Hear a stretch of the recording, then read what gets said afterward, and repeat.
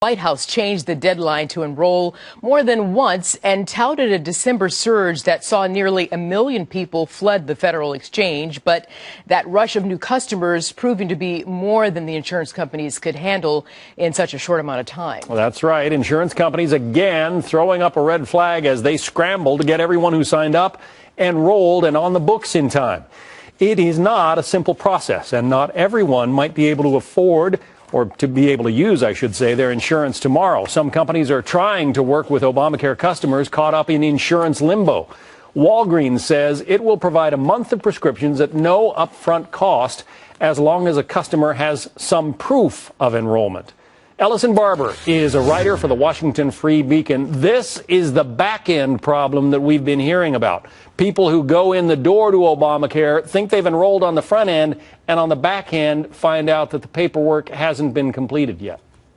Right. This is a big problem. I mean, the original enrollment for coverage on January 1st was supposed to be December 15th. The administration then pushed that back to December 23rd, and then they moved it to December 24th. So it gave people more time to enroll, which they needed because of the problems with the website, but it didn't give insurers any more time to process those applications by that January 1st deadline. So it's now left them in a bind. And the problem with this is while insurance companies are saying, oh, well, if you have coverage, even if we haven't processed it yet, we'll retroactively reimburse you for any charges that you may incur before your coverage is actually paid for enrolling. Well, for a lot of people, that is a big financial burden that they weren't expecting, particularly around coming right after the holidays. I mean, the average cost of a sick visit for an adult, according to Blue Cross Blue Shield, for someone without insurance is around $180. So when you haven't been planning to pay for that, that's a big cost. And this is a problem that's going to cause consumers problems. But the important thing is that it is actually a problem that's been created by the administration. Right. And whether it's people who can't afford to pay for their coverage or just haven't gotten around to writing the check yet,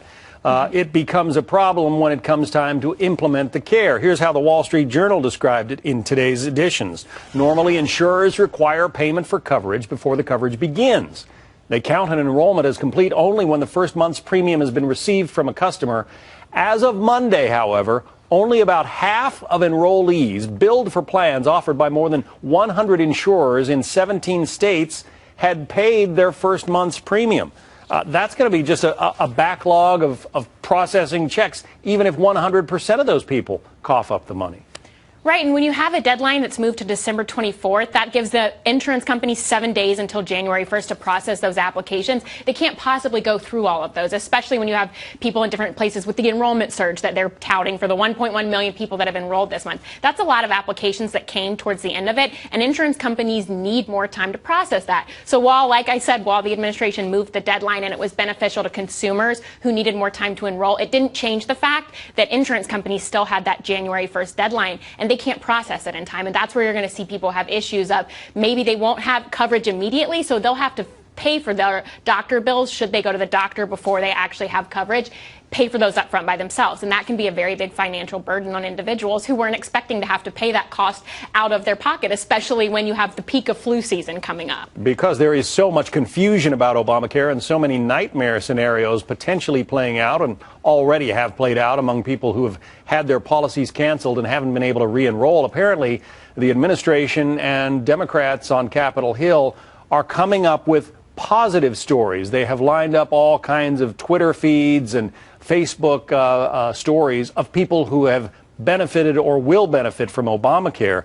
According to Politico, if Wednesday's start of coverage for millions of Americans doesn't go as planned so far, little about Obamacare has, the airwaves will be dominated by stories of complications and dropped insurance.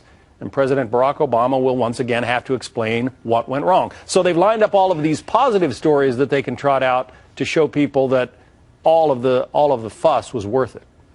Well, at best case scenario, you have a situation where you're showing winners and losers, and I don't think very many people are going to be happy with this. But what it gets back to, though, is an issue that I know I have talked with you more than enough times where you're probably tired of hearing it, is that this is originally a problem that started with the website. And it goes to what Democrats had said before, was that it's a problem with the website, but that was just the website. Clearly, healthcare.gov was a bigger problem, and it's led to multiple ripples of issues afterwards, and this is one of those problems. And they have sort of made this entire move of pushing back the deadline in December has sort of been like the fix that President Obama suggested, to where insurance companies could bring back those canceled plans. It's not really a fix, but it was an effort to where the administration could sort of shift the blame to insurance companies, to where now they can say, we tried to give you coverage, it was the insurance company's fault, not ours. But it really gets back to a problem with the website. Right, and certainly a problem that the insurance companies did not create. Right. Ellison Barber from the Washington Free Beacon. We will continue to read you. Thank you.